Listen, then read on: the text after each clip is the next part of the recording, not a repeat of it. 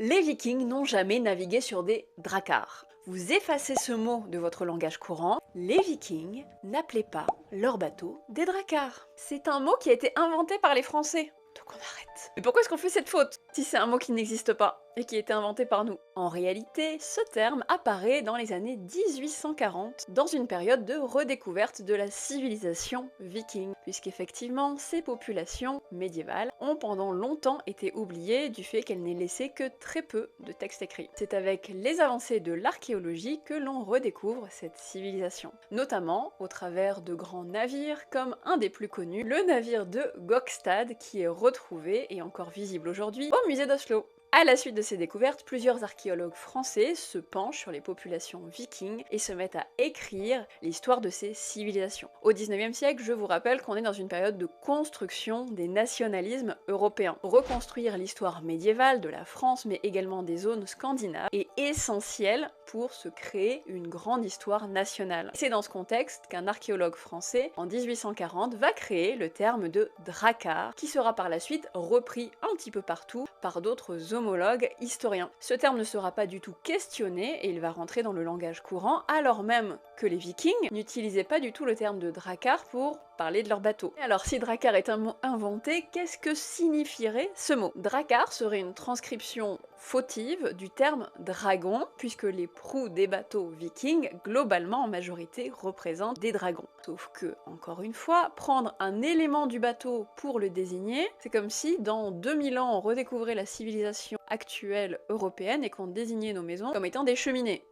Parce qu'il y a des cheminées sur nos maisons. Sauf que personne n'appelle sa maison une cheminée.